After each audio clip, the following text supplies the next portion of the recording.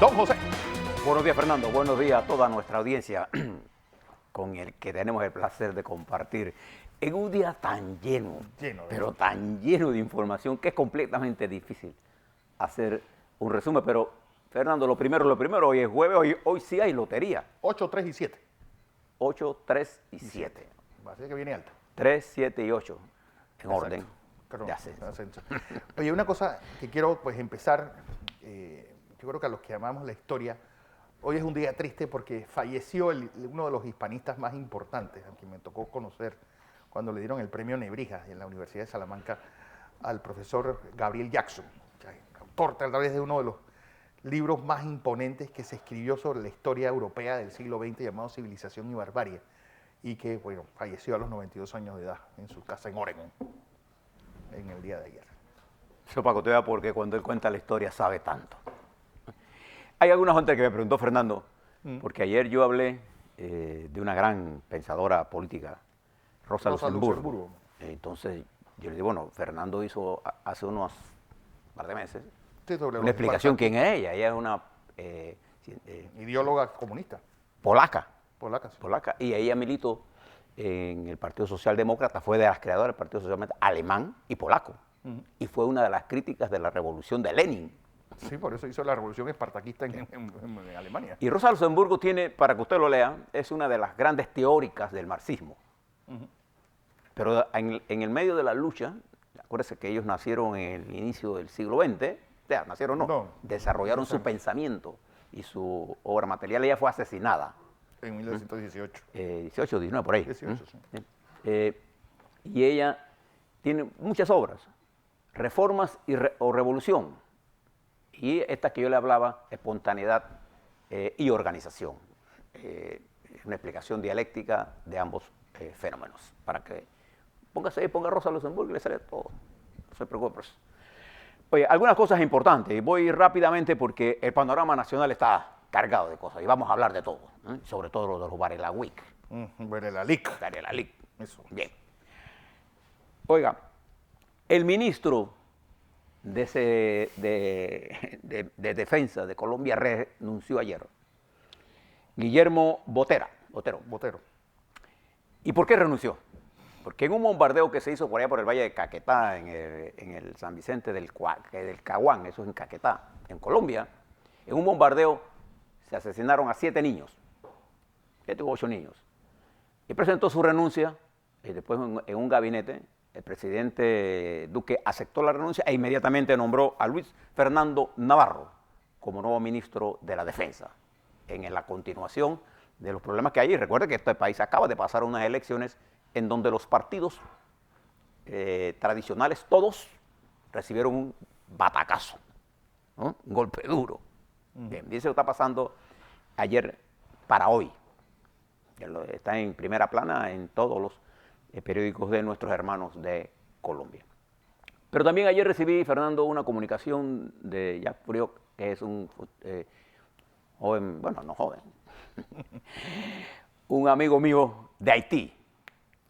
Se graduó conmigo en la universidad, un gran ingeniero eléctrico, una de las mentes más brillantes que yo he conocido cuando estudiante, era un brillante. Me decía, José, quiero que nos ayudes a divulgar el drama de Haití. Y les cuento, Haití es olvidado por todas las noticias, nadie habla de Haití. Pero en Haití, antes que en Chile, antes que los muchachos nuestros aquí salieran a la calle, los que han salido, porque tampoco es que aquí, allá hay una multitud en la calle de hace varios meses exigiendo la salida del gobierno. Y nadie cubre lo que está ocurriendo en Haití. Entonces quiero expresar primero mi solidaridad con el pueblo haitiano, que está en las calles pidiendo qué cosa. Hombre, un cambio de gobierno, ya, punto, vamos a arrancar por ahí. ¿Para qué? Para enfrentar los graves problemas que tiene Haití. El gobierno actual no solamente que se ha robado lo que produce el Estado, sino que se ha robado la ayuda internacional. Eso que ustedes ven allí, Puerto Príncipe, un país sufrido, un país... No ha podido levantarse del terremoto. Que fue el primer país de América Latina que se independizó, con héroes... No, el segundo de América, bueno, el primero de América Latina. De América Latina, de nuestra América. Ya, primero fue los Estados Unidos, ¿no?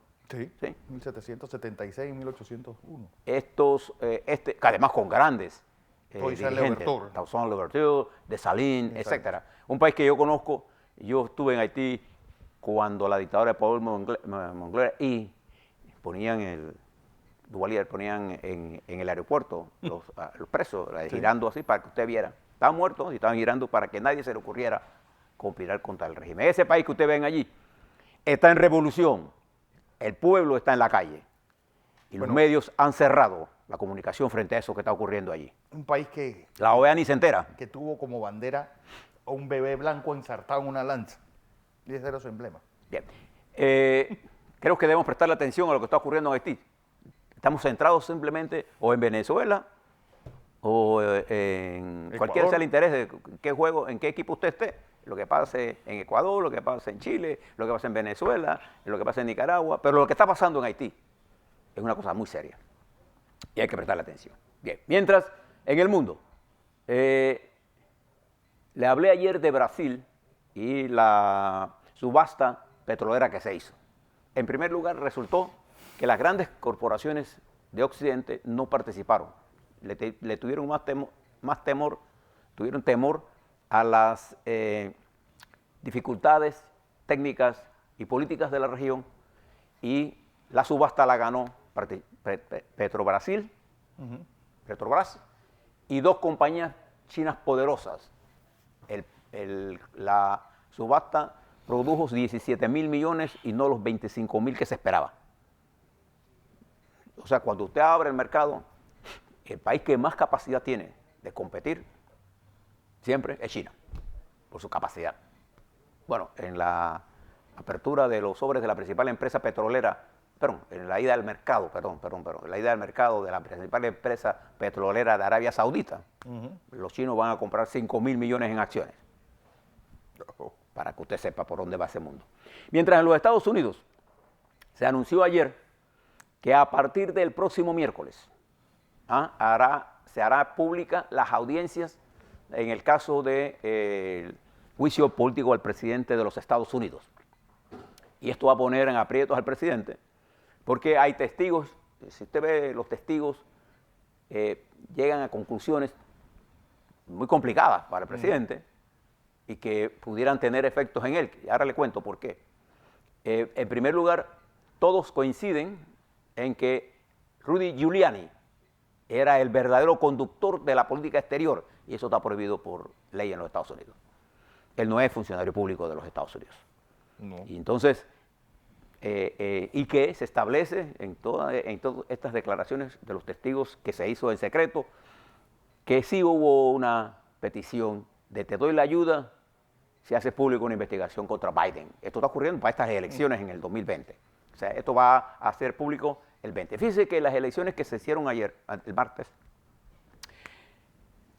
el presidente, el gobernador republicano de Kentucky perdió frente al demócrata. Y una diferencia de 5.000 votos, está en recuento, pero aunque gane el otro y hay recuento, ese es un estado que el presidente Trump ganó con el 30% de ventaja, 30 puntos porcentuales.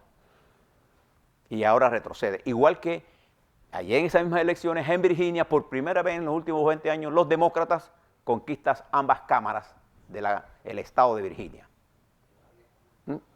En la otra elección a gobernador ganó el republicano porque esto es un área republicana.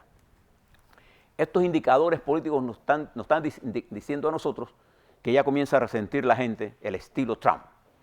Y el juicio político no lo va a ayudar. Lo ayuda mucho el presidente, sí, el comportamiento de la economía, que se encuentra en uno de sus momentos espectaculares. Este ciclo ya va para 11 años. Pero una caída de la economía a principios del próximo año podría afectar al presidente, más lo que está pasando políticamente. Préstele atención a todo esto. Mientras en España, el proceso electoral, recuérdese que este 10 de noviembre habrá elecciones y todo parece indicar que la correlación de fuerzas no va a estar muy clara. Y ahora mismo España se debate hacia cuál es el camino. Estos son los últimos. Esto me recuerda de la elección en la que Zapatero le ganó a a Aznar. No, Zapatero nunca le ganó a Aznar. Zapatero fue con Rajoy las dos veces. A Rajoy fue, A Rajoy dos veces. la del metro cuando hubo la explosión. Fue contra Rajoy. No, contra- Aznar era el presidente, pero Rajoy era el Bueno, candidato. ¿se acuerda que en esos 3 días se definió todo? ¿Sí? Por mentira el gobierno perdió la elección. Por mal manejo. Mal manejo. Mal manejo de la crisis, de esa explosión allá en Atocha, bueno, Sí. en Atocha. Bueno, yo consulto aquí al que sabe de esto, que Dijeron que había sido ETA y en verdad era un ataque de Al-Qaeda. Y todo esto está pasando mientras en México, el presidente, voy a terminar aquí porque me pican los pies por Llegar a los la Varela lengua. Yo quiero llegar a los Varela. El presidente de México, López Obrador, ayer en una intervención que hizo en sus rondas matutinas, hoy es jueves, no fue el martes, El martes. acusa al periódico El País de atacarlo y que en 8 columnas hizo un ataque contra él y se fue contra los medios de comunicación. Bueno, no Porque- olvides que el país tiene una edición para México, es decir, no Sí, solamente la de España. Sino pero el país inmediatamente le contestó, no fue una noticia de 8 columnas, el país lo que hizo fue un editorial en donde hace un análisis de una de las derrotas de López Obrador, porque antes de ser presidente tuvo varias derrotas. Sí. Y lo que decía el editorial, que no es noticia, el editorial es la posición del país. Exacto. En España está muy normada el uso de las noticias. No se editorializa en las noticias como hacemos nosotros aquí en Panamá. Bueno, hacen algunos Como hace medios. la ¿verdad? prensa. Le responde el país para decirle primero que no hay 8 columnas, nunca ha sido 8. Lo que explicaba el editorial era que esta pérdida había convertido a López Obrador en un lastre para la izquierda. Mira la diferencia a lo que dijo López Obrador. Para la izquierda. Lo cual era cierto para los resultados que había ahí. Bien, le cuento esto nada más, porque esto pone al presidente nuevamente en controversia. Todo esto está pasando en el momento en que ayer se hizo revelaciones de lo que pasó en Beijing entre el presidente Macron y el presidente Xi Jinping, en donde ambos respaldaron de forma fuerte el Tratado de París sobre el cambio climático que el gobierno de los Estados Unidos arrancó el proceso de su retirada definitiva. Mientras eso estaba haciendo los Estados Unidos, en Beijing, estos dos presidentes de estas dos poderosas naciones le estaban dando su respaldo. Esto estaba ocurriendo en un impresionante acto. Ahí está. Macron, bueno, ese no es el presidente, ese creo que es el primer. El canciller. El canciller, bien. Eso pasó ayer. Y esto está en un proceso de desarrollo. No le voy a contar más de América Latina. Voy a terminar aquí para volver a todo esto que está ocurriendo en Haití, en Chile, en Ecuador, en Colombia, en Venezuela. Lo constante es que presidentes que tienen poco tiempo de estar gobernando, la gente está hastiada de ellos, pierden la popularidad y pierden la. Pero más que del presidente, están hastiados del sistema. ¿Y por qué en otros países es masiva? ¿Y por qué en Panamá no? Ayer vi un intento de querer presentar los eventos de Panamá como una gran manifestación. Sí. Vamos a ser claros. Ahí no había 1000 personas. No No había. había 200. Para que estemos claros. ¿Por qué? Porque el lenguaje que están transmitiendo ellos no es expresión de las necesidades reales del país. No es que ellos no tengan razón en lo que están diciendo. Es que en lo que ellos tienen razón no hay un argumento político de fondo. Ahora voy a hablar sobre estas cosas. A la vuelta. Pero no hay duda de que voy a hablarles de los Varela Leaks.